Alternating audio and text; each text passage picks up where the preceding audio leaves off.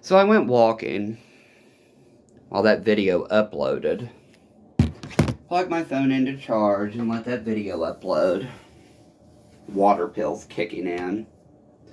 Another lovely joy of getting older and their goddamn dumbass psych treatment causing heart issues that even cardiologists refuse to look into.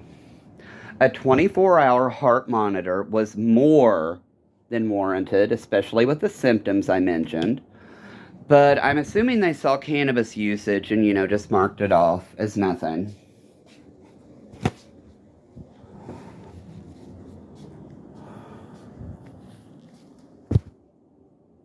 So, huge thank you to the medical field for fucking it up even further. I have nothing but good things to say about my primary care physician. I mean, I do have a quirk or two about him, but that's just because he's one of the first male physicians as primary care that I've had in a long time. And the reason behind that is obviously, should be self-explanatory with my story. I started going to women primary care and always chose women physicians, not because of whatever sexist thing, but because I was terrified, especially of male physicians. I told you the story about Thomas Berger with Christ Hospital. And that's exactly what happened. He touched my ass inappropriately that day while pushing me down to touch my toes. You can do it, see? Yeah, I know I can. It hurts like hell. That's the whole fucking reason I'm here. Why are doctors so arrogant sometimes? Especially ones who feel like they can, touch you inappropriately and just call it as, oh no, I was reaching to push you on down to touch your toes. Whatever. So again, let me reiterate why I committed suicide due to hazing, rape, coercion from law enforcement and their little junkie buddies. My life has been nothing but a goddamn nightmare, and when I did try to enjoy my alone time, here came the fucking dumbass social workers with their goddamn own set of questions. Never satisfied with a single fucking answer. Do you remember telling us about them draws? Underwear? I remember Nicole Flack. Nicole Campbell Flack had a substance abuse and purging problem by the time she was in middle school. Catherine Swope, who's also a self-purported social worker for the Commonwealth of Kentucky, I witnessed her so drunk at the downtown date rape bar she fell off of a bar stool, and then the other time she had her legs knocked out from under her and hit her head. So those people going into, those areas as asked to help denote my story if need be, hell, I'll call every goddamn one of them out.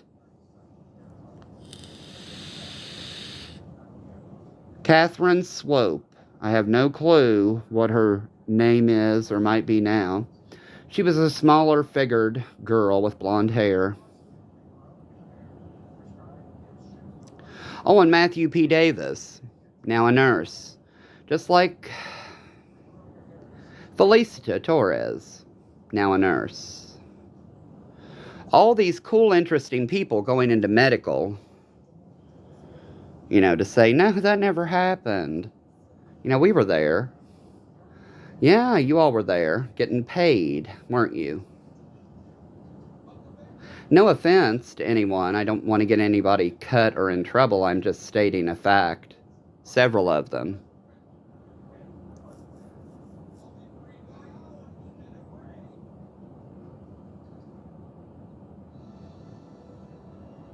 So them continually monitoring my activity after raping me and then claiming I didn't stand up and place my hands behind my back, they can, go burn in hell. So shall I talk more about Van Ingram and the DEA and their involvement when I was put on Zoloft and stripping and getting raped?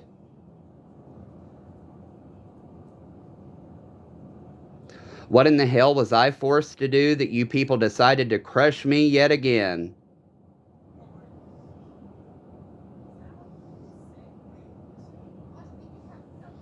I would think that the people involved in this would have some kind of goddamn guilt instead of just wiping it away with the swipe of a pen and a few pills. I asked simple questions, was denied answers.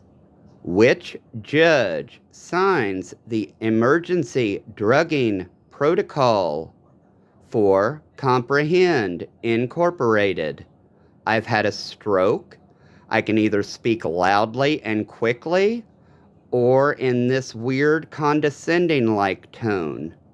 Again, I have had a stroke. It is hard enough articulating language adequately and correctly. Always blamed on, intoxication.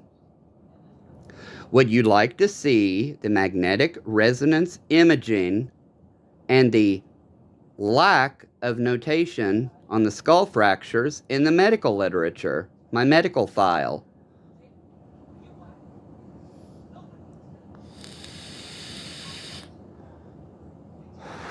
As I asked, how much state and federal funding do Foxwood Wood Nestle receive?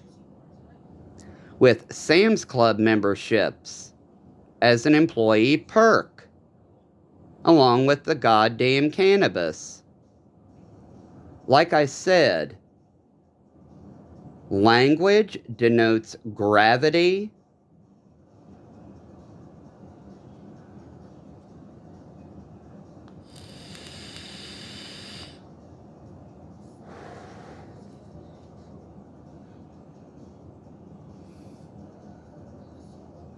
So starting with being 6 years old and wearing lingerie, my sister being a drunk and smoking pot in high school, my father smoking weed as well. Nobody wanted anybody to know about that. It was always me and my mother, always our fault. We were the problems because we talked too much, had problems with what was occurring. Granted, my mother can be quite crazy at times, just like I can. But my father and my sister, yeah, they were the true dangerous ones. I think I accidentally picked up a tractor one time, and I have problems with foot dropping things anyway. My sister claimed I intentionally dropped a toy tractor on her. The gum, that was intentional. The time I spit gum in her hair was intentional because she punched me. Punched me just for sitting in the living room. So I stood up, walked past her, and let the gum fall out of my mouth into her hair. That was intentional, but that does no harm. Mom, I think, was able to get it out with an ice cube. Not like her slamming this thumb into the locking mechanism of that 1983 Windsor V8 stick shift. This joint was pretty much shattered. You know what they did? Dipped it in vinegar and wrapped it. Told me to get over it, and that's all I remember about it. And she was the one crying.